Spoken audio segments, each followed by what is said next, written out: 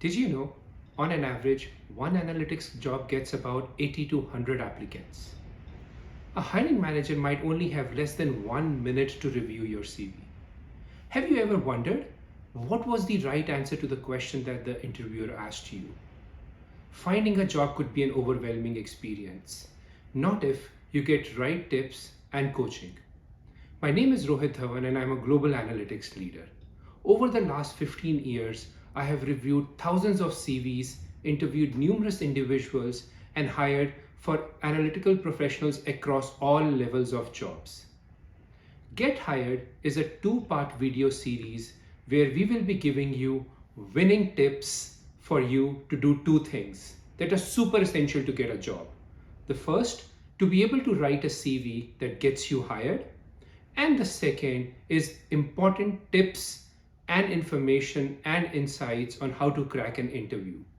So, if you are a professional on a journey to make a career, there is some really useful information in the Get Hired series for you.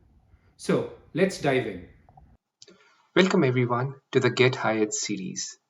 In this first video of the two-part series, we will help you provide some real-life practical tips and insights on how to write a CV to get hired. In this video, I will be sharing with you what I call as winning tips, which if you leverage will not only help you get your CV shortlisted, but will progress your chances to move to your next dream job. So without further ado, let's dive into the content. If you are in the job market, the CV is the most precious real estate that you have. The CV is your first sneak peek with the hiring manager or the HR professional to identify if you are the right fit for this job. And hence, what you write in your CV goes a long mile to prove your candidature for your next job. And hence, it's really important to focus on the content that goes into the CV. For the purpose of this video, we will provide you numerous multiple winning tips for writing the content, but we will leave it to the audience to decide what template they want to use for their CV purposes. For easy understanding of the content, I've broken this into 4 key sections. Let's start with the first one, contact details. Now, one of the most important things to do, which is the most appropriate use of the real estate of your CV, is to provide the right contact details, which usually is provided at the top of the CV. The primary purpose of this is for the hiring manager to have the information readily available if they decide to contact you. This includes providing your name, contact number, email, and a high-level mention of the location or the geography you're situated in. It is also a good idea to provide some reference for your social presence. Since you're applying for a job, LinkedIn promises to be a good avenue. Now, a tip there is if you're providing your LinkedIn, usually if you would provide it via the PDF file, it becomes a bit hard for the hiring manager to click or copy the link from the PDF file, and what you will see is a QR code's been provided so that the person can scan and directly point to your social presence. It's a good to have, but not a must to have, just making it easier for somebody to find you when they want to. Now remember, for every analytics job in the market, there is about 80 to 100 applications that come in. While the hiring managers want to review all the CVs, they might just span their attention to less than 1 minute to your CV, which is where providing the right overview of your experience is super critical, which can be done by providing these two sections, which we call as professional summary and key skills. Let's break these down in a bit more detail. Now, within the professional summary, what you're trying to do is you're trying to tell the reader or the hiring manager how much experience do you have, where you have worked in different lines of business, the type of people that you worked, and a very high level view of the roles that you've done or the impact that you've made. Now, some winning tips for the professional summary is it's always a good idea to present this information in a bullet manner, which is you're pointing to information in the points which can be clearly read. The second winning tip there is One bullet should no longer be longer than one sentence. So avoid spilling over into two or three lines. Try to restrict your information or your professional summary per bullet into one line. The other winning tip on professional summary is while a lot of people think that it helps you give a reflection of what you've done, you can also use it to showcase the type of roles that you want to do.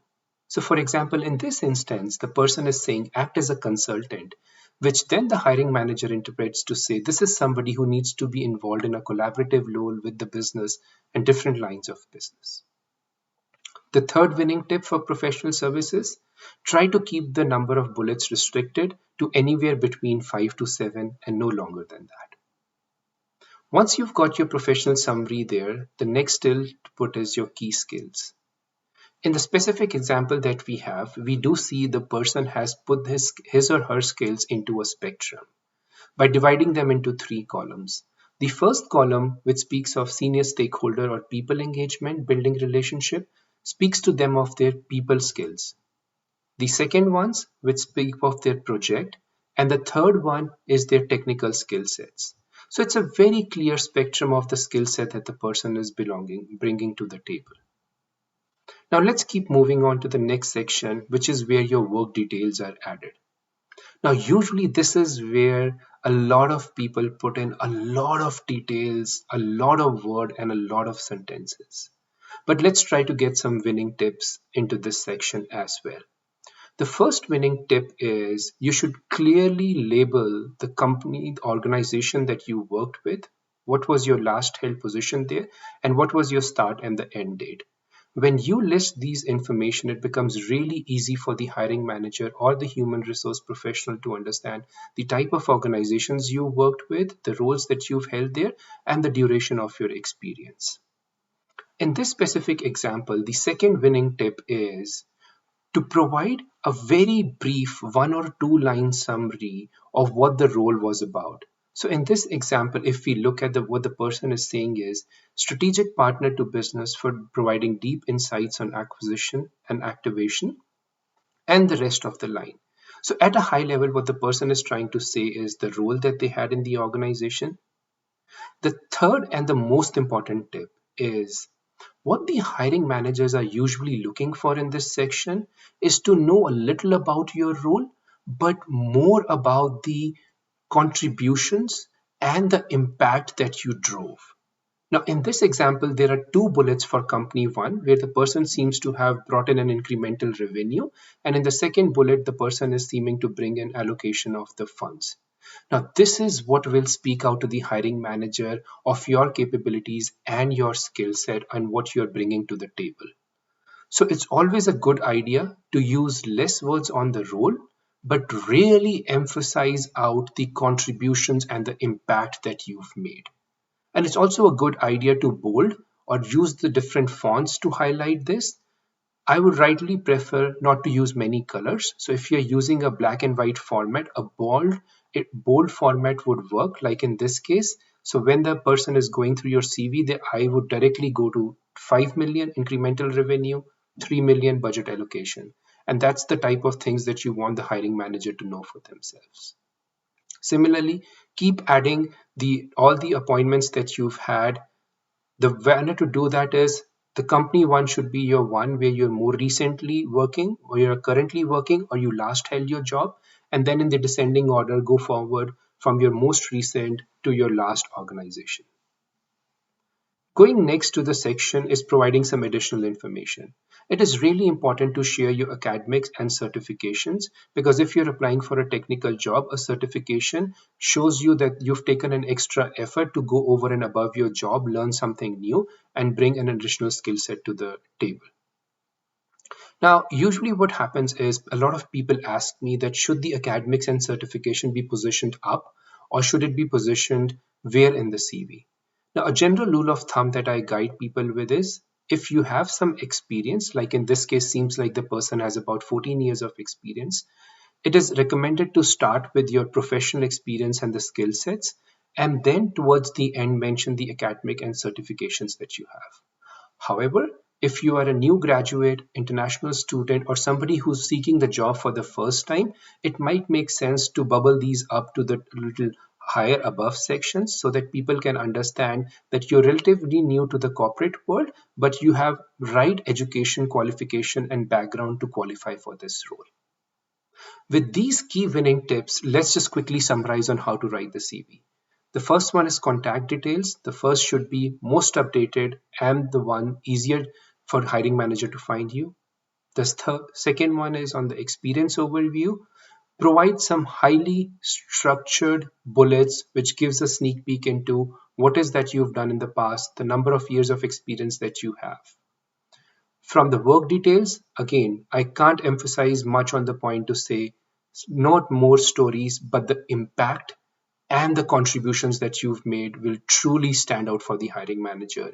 And towards the end, provide some additional certifications or academics that you've done that shows that you've gone over and above the project, your daily job to bring to the table.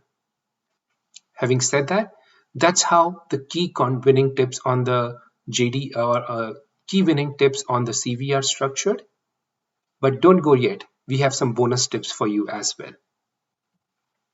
Now, when you are looking at CV, the first key principle to apply is less is more, which means use less words, short sentences, bullets are preferred, and focus more on the impact and the contribution versus describing about the role that you were in. Hiring managers are looking for people who are very driven, bring the right skill set, and mentioning the impact or the contributions will go a long way for you to get your CV shortlisted and go up the value chain in the hiring process. Add keywords. Without undermining the importance of this, every job is different that you will apply for. So don't be a person who just rinse and uploads their CVs every time over and over and again. What you should do is review the job description very carefully, then pick up the key words that the hiring manager is looking for you. Using those keywords from the job description, update your professional summary, skill set, or the work experience so that you are able to relate to the hiring manager, that you bring everything to the table that the job requires. The second importance of keywords is because of the volumes that come in, the CVs usually get scanned by automated softwares, and hence if your CV doesn't have the right keyword, the chances of it moving further are further slowed down.